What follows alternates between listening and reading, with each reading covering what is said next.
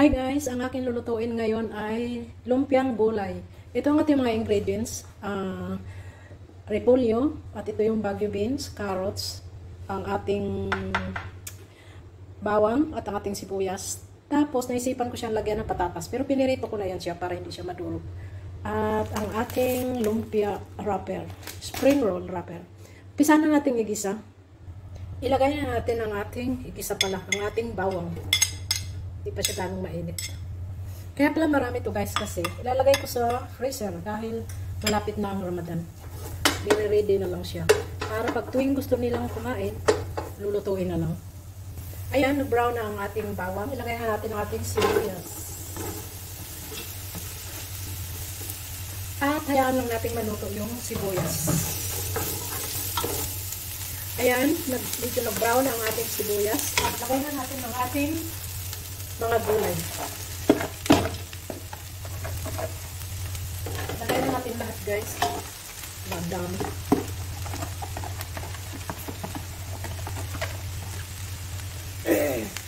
Ang dami talaga.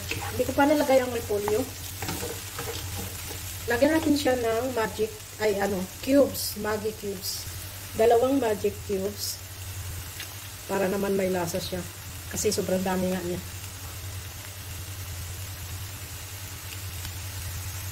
Ilagay ko na ang repolyo. Naku, umaapaw na. Lagyan na natin siya ng asin. At paminta. Para mahalo na siya. Haluin.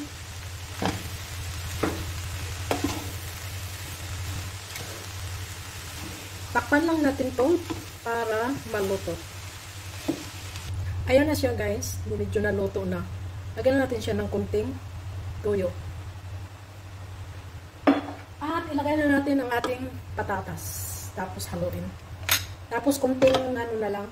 Pakulo na lang. Luto na to. Kasi nga ipipirito pa naman ito.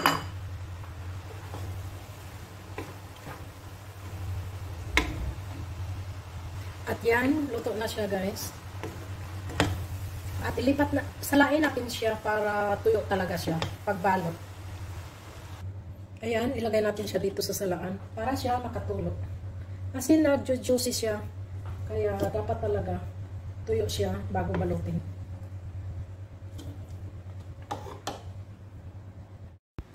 Magbalot na tayo guys, ayan o. At ito yung wrapper natin.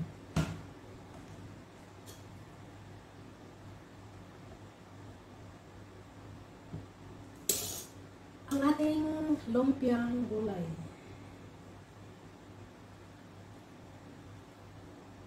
Ganito lang magbalot.